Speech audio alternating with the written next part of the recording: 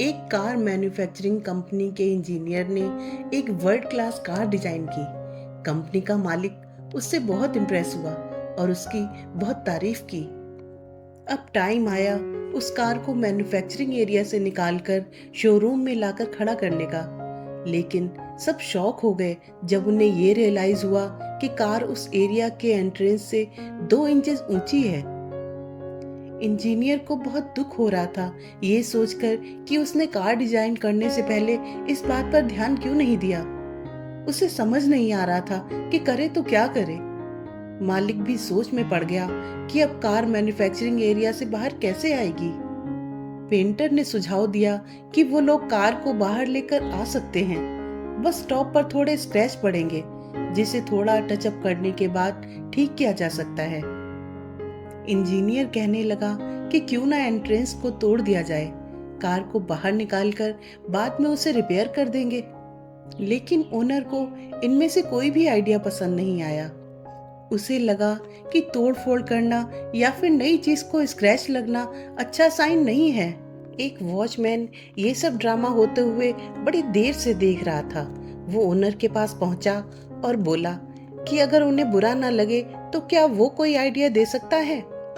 उन लोगों को बड़ी हैरानी हो रही थी कि जिस प्रॉब्लम का सॉल्यूशन एक्सपर्ट्स नहीं निकाल पा रहे उसके बारे में ये वॉचमैन क्या ही बताएगा। फिर भी उन्होंने हाँ में सिर हिला दिया। वॉचमैन बोला कि कार एंट्रेंस से सिर्फ कुछ इंचेस ही ऊंची है। सिंपल सा सॉल्यूशन है कि कार के टायर की हवा निकाल दी जाए। इससे कार की हाइट कम हो जाएगी और कार आसानी से बाहर निकल आएगी। सब हैरानी से एक दूसरे का मुंह देखने लगे। सबने मिलकर उस वॉचमैन के लिए क्लैपिंग की। गाइस, जब भी हम प्रॉब्लम को एनालाइज कर रहे हों, हमें कई पर्सपेक्टिव से सोचकर देखना चाहिए। बेशक एक्सपर्ट्स हमारे नॉलेज और एक्सपीरियंस से जो बातें बताते हैं वो बहुत वैल्यूएबल होती हैं, पर वो लोग जिनके पर्सपेक्टिव्स अलग हों, जो सिंपल तरीके से चीज़ों को डील करते हों, उनके बताए हुए वेज भी हमारे काफ़ी काम आ सकते हैं। कई बार प्रॉब्लम उतनी बड़ी होती नहीं है जितना हम उसे सोच सोच कर और परेशान होकर कॉम्प्लेक्स बना देते हैं। हमें सॉल्यूशन कहीं से भी किसी से भी मिल सकता है। जरूरी नहीं कि हमारी प्रॉब्लम कोई एक्सपर्ट ही सॉल्व करे। बस एक सॉल्यूशन ओरिएंटेड माइंडसेट होना जरूरी है, जैसे उस वॉचमैन का था। सिंपल तरीके से चीज़ों को लिया करो और सिंपल लाइफ जिया करो। अक्सर कॉम्प्लेक्सिटी जजमेंट पैदा करती है और हमारी प्रोग्रेस के आड़े आ सकती है। सिंप्लिसिटी से लाइफ में क्लैरिटी आती है और एक ऐसा सेटिस्फैक्शन फील होता है जिसे शायद वर्ड्स में एक्सप्लेन करना मुश्किल होगा। आजकल का लाइफ स्टाइल वैसे भी बहुत हेक्टिक और स्ट्रेसफुल है। चीज़ों को कॉम्प्लेक्स करके खुद की परेशानियां और क्यों बढ़ानी।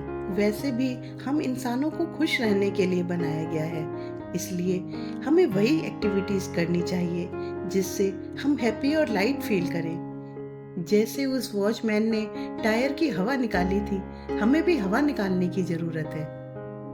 हवा हमारे गुस्से की, ईगो और डिसअपॉइंटमेंट की। इससे हमारी मेंटल और इमोशनल हेल्थ अच्छी रहेगी और हम पर किसी नेगेटिव इमोशन की वजह से प्रेशर नहीं आएगा। इमोशन फील करना गलत नहीं है, ह्यूमंस हैं, इमोशन तो होंगे ही, बस इन्हें अंदर दबाकर रखना गलत है। जब हम पॉजिटिव एटीट्यूड रखते हैं तो हमें चैलेंजेस कम मुश्किल लगते हैं और सॉल्यूशन निकालना भी इजियर हो जाता है। किसी पास्ट या फ्यूचर की बात को पकड़कर रखने की बजाय हमें लाइफ में हो रहे चैलेंजेस को एक्सेप्ट करके मूव ऑन करना चाहिए। लाइफ बहुत सुंदर है और इसका एक एक मोमेंट बहुत प्रीशियस है। इसे नेगेटिविटी में वेस्ट करना हमारी लाइफ की सबसे बड़ी बेवकूफ़ी होगी।